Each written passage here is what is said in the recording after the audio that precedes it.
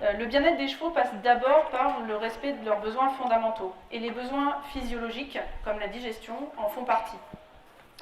Les chevaux ont un mode de fonctionnement qui est bien particulier, qui est propre aux équidés et qui ne partagent pas avec d'autres herbivores comme les vaches, les moutons ou les chèvres par exemple, puisqu'ils ont un seul estomac, les équidés, et en ça ils sont très différents du coup des autres herbivores.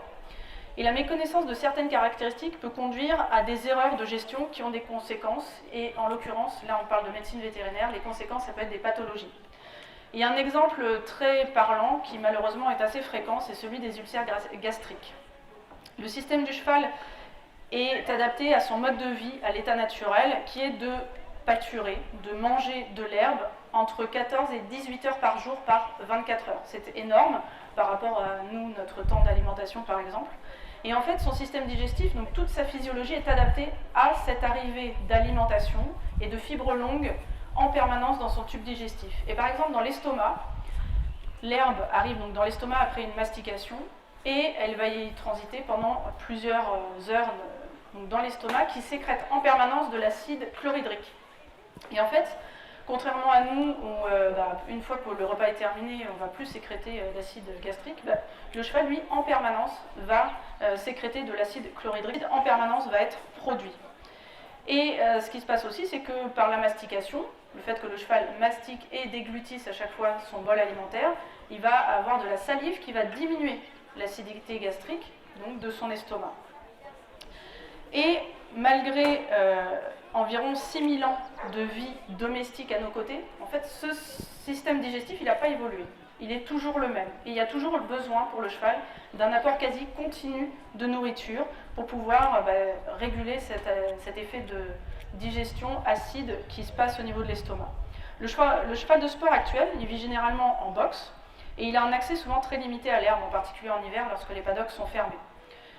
Il mange du foin et 2 à 3 repas d'aliments concentrés, donc granulés ou floconnés. Alors je reviens sur la notion d'aliment concentré. Un aliment concentré, on l'appelle comme ça parce que en fait, il apporte le nombre de calories nécessaires à la bonne santé, en tout cas à l'état physique correct d'un cheval, dans un petit volume. Toutes les calories qu'un cheval pourrait acquérir normalement au cours d'une journée, donc on a dit en passant 14 à 18 heures par jour à manger, on lui apporte en tout petit volume, c'est en ça que c'est concentré. C'est comme l'équivalent pour nous de manger uniquement des barres énergisantes.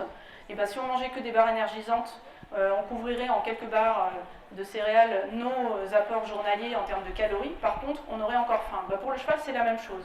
S'il n'a que des concentrés, on couvre ses besoins caloriques, ses besoins énergétiques, mais on ne satisfait pas sa physiologie ni son comportement alimentaire. Et donc les aliments concentrés, en plus, ils sont souvent riches en céréales, et donc en amidon et en sucre. Et ces composés-là, ils vont fermenter dans l'estomac.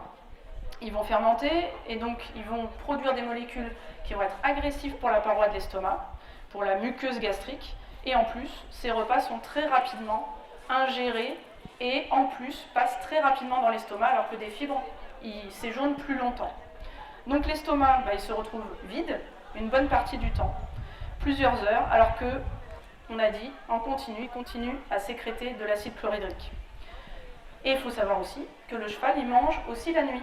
Il passe 50% de son temps la nuit aussi à s'alimenter.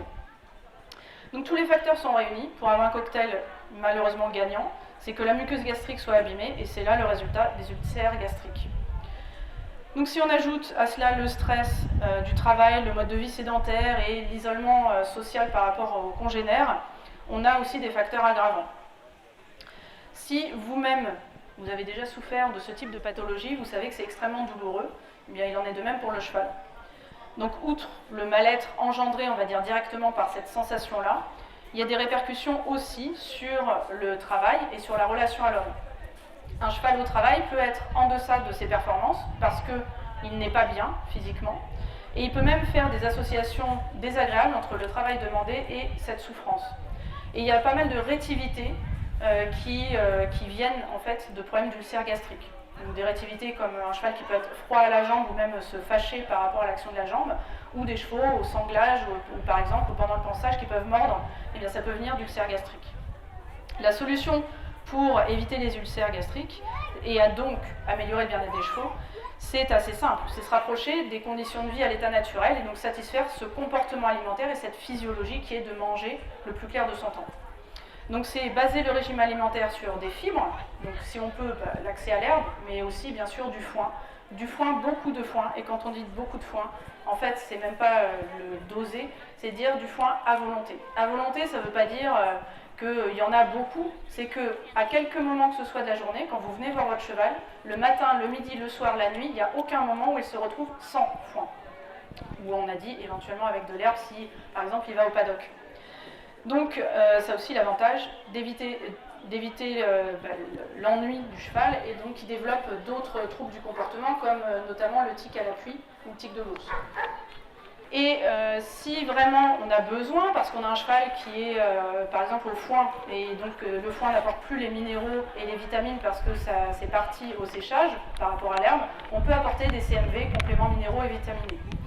On peut aussi rajouter des aliments concentrés quand vraiment c'est nécessaire, par exemple quand il y a un gros effort à fournir, ou qu'on a un cheval qui est à la reproduction, par exemple un étalon ou une poulinière. Là, on va avoir besoin d'apporter un petit peu plus en termes de calories, mais on n'a pas besoin de beaucoup. Il faut vraiment que la base du régime alimentaire soit de nouveau les fibres, et ensuite on complémente un petit peu avec un volume extrêmement réduit de concentré, le plus pauvre si possible en amidon, en sucre, riche en matières grasses, et distribué en plusieurs petits repas. Donc cet exemple des ulcères gastriques illustre tout à fait, et malheureusement très bien, une pathologie liée aux contraintes de la vie domestique, d'un animal qui vit avec nous et qui va du coup répondre à nos besoins, à nos attentes, les conditions dans lesquelles on va le mettre, et donc à un risque auquel on expose notre cheval, et qu'il est en fait possible d'éviter chez la plupart des chevaux, par des changements de gestion relativement simples.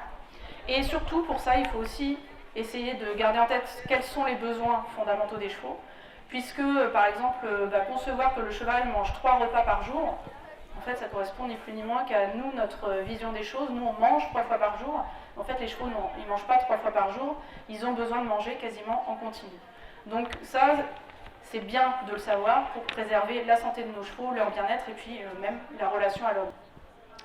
Donc voilà, c'était le petit message que Julie Dauvilliers souhaitait vous faire passer, et elle vous souhaite de bons concours et vous dit à bientôt. Merci de votre attention.